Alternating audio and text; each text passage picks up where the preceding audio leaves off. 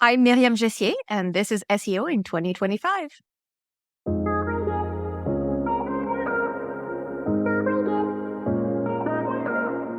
Myriam, what's your number one SEO tip for 2025?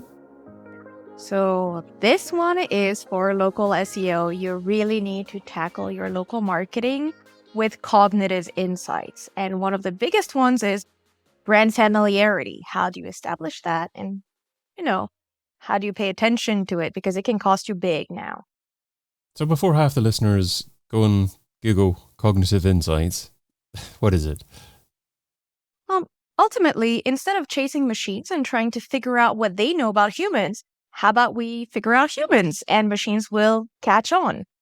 AKA, instead of trying to create content that is local on the surface to please a machine looking at a set of rules, let's focus on the signals that do matter, the signals that machines can pick up on, which are, your local insights, stuff that you know, that your competitors wouldn't, and that any big global competitor entering your market may also not know. So SEO is no longer about optimizing for algorithms, it's just about optimizing for humans? Algorithms are getting more and more interesting if you work in SEO, because nowadays we're not trying to mediate with the machine as much. We know that machines are more nuanced, more sensitive, machine learning, and it can pick up on trends. It can pick up on habits. It can figure stuff out. We've noticed that a lot of the core updates that we've been facing in the industry over the past few months, they're very focused around understanding the meaning behind the query, which is why I give this tip. Start paying attention to what matters to the people you're trying to sell to or speak to. Yeah, great tip. Optimizing for the meaning behind the queries. Obviously, if you're doing keyword research, you're just not firing off the keywords to some cheap content writer, getting them to produce a piece of content. It's really establishing precisely what your user is likely to be using in relation to your product and service, because the meaning could be different for what you want to deliver. Yes, and working on this localized approach means that you build brand familiarity. You show up where people are looking for you, yes, but you show up in a way that is memorable. So let me explain what I mean. Brand familiarity translates to increased cognitive trust. So it's not an instinct. It's just now it's in our heads. When we have to make a decision, your brand is already onboarded into my internal process. So David, I'm going to ask you a very personal question. If I tell you the word ketchup, what's the first brand that comes up to your mind? That would be Heinz. Ta-da! That is brand familiarity. You have taken a cognitive shortcut. You made a snap decision. That's what we should be focusing on. When we pay attention to what goes on in the decision-making process, when we understand local behaviors, preferences, when we truly create content that resonates locally, that's where we build the trust. That's where we build the credibility. And on the topic of Heinz, they faced another problem. They accomplished brand familiarity kind of worldwide, but restaurants started doing something. What is it? Well, you keep the bottle, you put the cheap ketchup in. So Heinz decided to not let others capitalize on their brand familiarity. They came out with a wonderful marketing campaign where the border of the ketchup bottle is a specific red. It's the Heinz ketchup red. So that way, customers coming into a restaurant can quickly compare the border with the ketchup to know if they're getting the real deal. So yes, this matters. This sounds like a brand marketer's role rather than an SEO role, or is it an SEO role nowadays? It is an SEO role. Let me explain to you why. So, little known fact, grew up in Hawaii. So, I know, you seem a bit shocked, especially with my color palette. I didn't know that. Yeah, I didn't know whether to jump in there or not. Aloha. Aloha. And I can actually do the little voice. Aloha and welcome to Hawaii. We hope you have a wonderful time. Now, jokes aside, this is a very familiar tone when you arrive in Hawaii. You hear that at the airport. There's a reason why I'm talking about Hawaii, though. What does it mean to tackle these cognitive insights for your local SEO and your local marketing? If we're talking about Hawaii, and let's say that we're going into e-commerce, B2C, let's go back to McDonald's. Big company. Have you ever heard of apple pie? Once or twice. Yeah, well, you know what? If you go on the Hawaiian McDonald's localized site or the experience on their main website for Hawaii, you will have hapia pie. Okay. I was thinking of dough because obviously they're quite prominent in Oahu. And you're absolutely right. They do give out pineapple too for Happy Meals. But the hapia pie replaces the apple pie. It's the pie you know in Hawaii because it's traditional coconut pudding that gets put in there. So when I'm saying my big tip is lean on those cognitive insights, you need to figure out as a brand, what are the local customs? What are the local dialects? What are the cultural references? You had one, the Dole Pineapple Cannery. What is the local imagery? What are the traditions? So that way you can deliver localized experiences to users based on their geography, language preferences, but a lot more as well. So what do I mean by this? Concrete example. We're going to keep the Hawaiian theme. Have you heard of poke these past few years? Because it seems to be trending, right? Rings a bell. I can't determine exactly why. Oh, because it's a poke bowl. Everyone is obsessed with it. You've probably seen stores, well, restaurants that sell this. And the issue is that most of the folks that are outside of Hawaii think of this product as a restaurant food item. I think of it as a supermarket special. So you see how that is an SEO thing. All of a sudden, if you're selling this product, you have to know exactly what context it's used in. True localization will transcend language. It taps into the psychological drivers behind decision making. So if you're paying attention, then if you go on alsoask.com and you say, hey, I want to know all about poke. Well, if you know the right things, you can say, recognize something. Oh, does Times Supermarket have poke? Well, Times Supermarket, you don't know this, but I do. It's a supermarket chain. And if I zoom into it, then the questions that will pop up, the keywords that pop up are does Safeway have poke? Does Costco have poke? It's not a restaurant cluster of keywords. It's a supermarket cluster of keywords. And that's why I think it's pretty much an SEO thing. If we're talking about formal attire, have you ever tried wearing a wool suit in tropical weather? It doesn't work. So when we talk about formal attire, it's going to be called aloha wear. It is going to be called a traditional muumuu. Okay, we have formal muumuus. That is a keyword, a formal muumuu. Most people think of muumuus a bit differently. It's something you wear around the house. That's why I say you need to pay attention to differentiate yourself and talk about the little things that make you feel familiar, make you feel like, yes, you are a trusted brand that my brain can simply go, okay, I choose this. That's the easy go-to.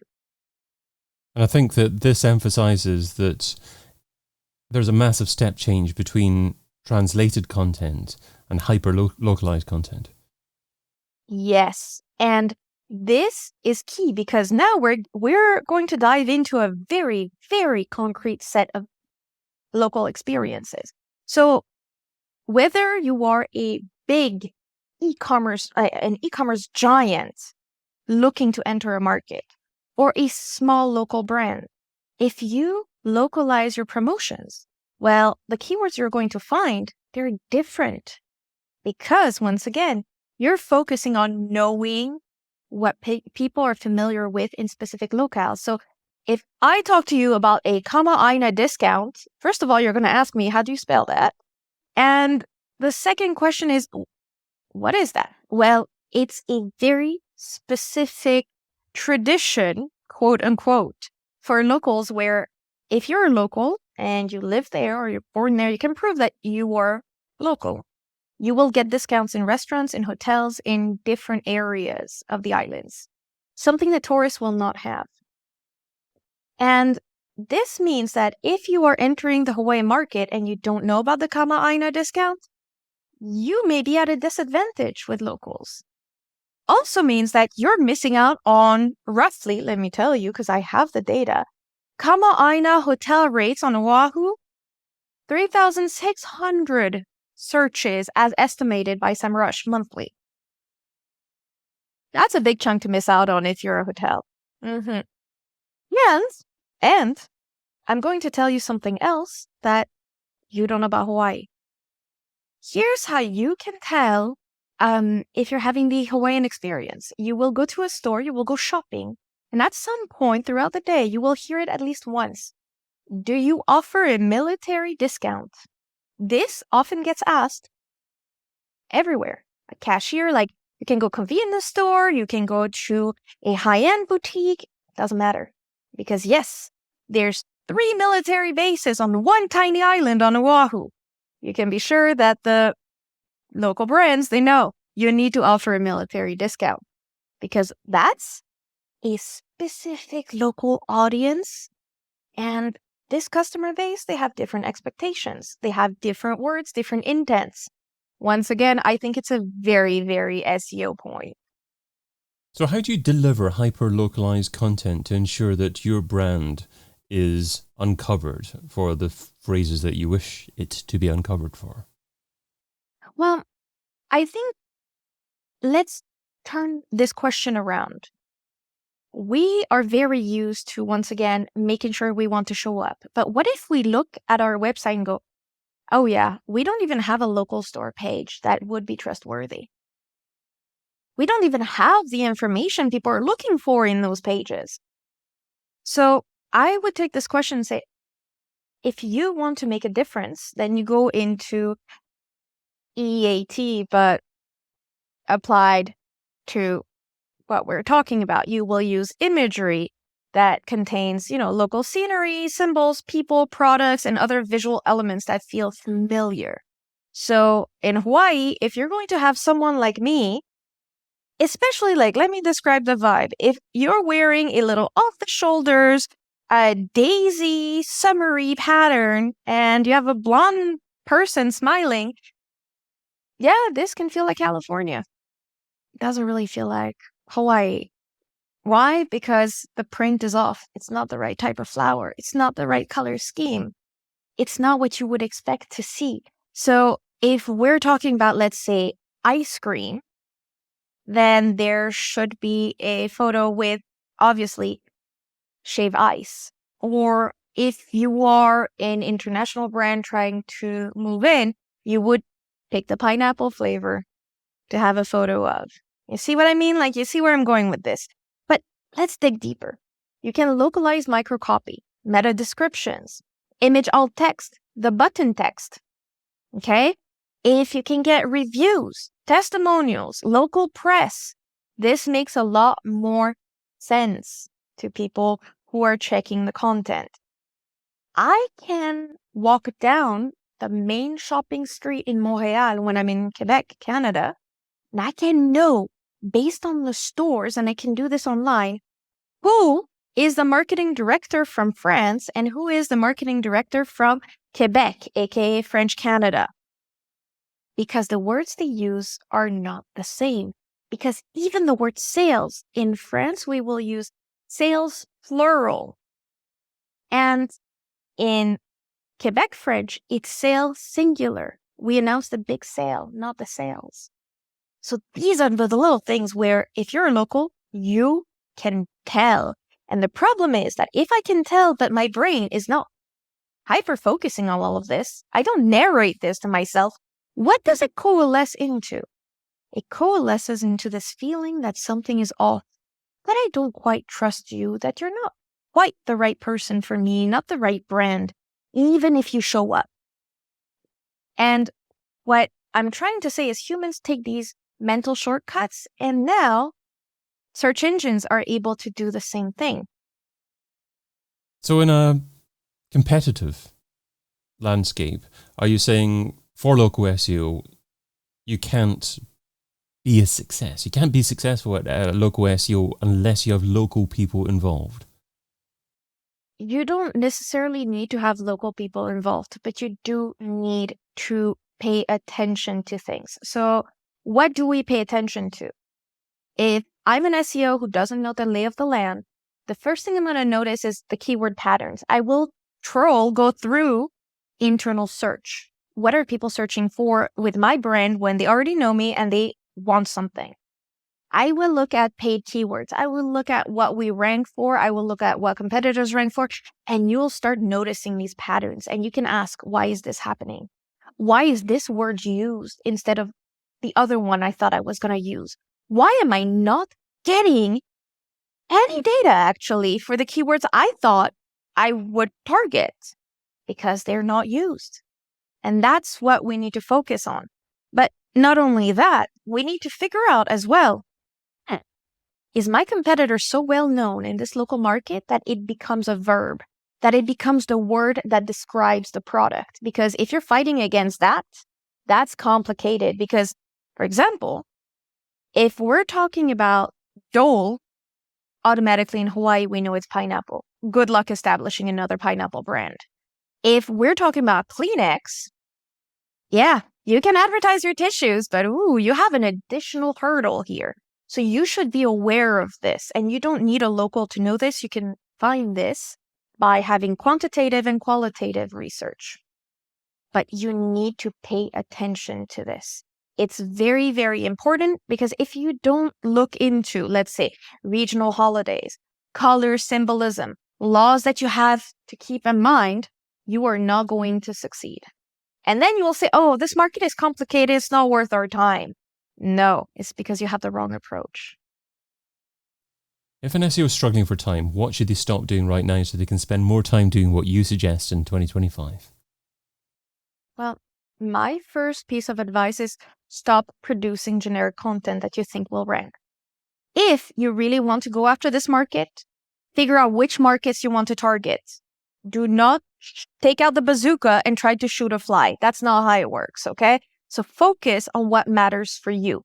And if you are going to say, I am going to be tasked with really getting to the nitty-gritty of it, look at your website and ask yourself, if I were coming here as a local, would I find the information I need? And if the answer is, I would have to actually work hard and make a lot of inferences and I should know this, or, oh, I take for granted that people will know this, you got it wrong then. You need to review it.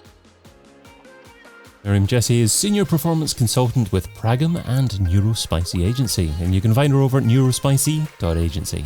Myriam, thanks so much for being part of SEO in 2025. Thank you very much. See you very soon. I've been your host, David Bain.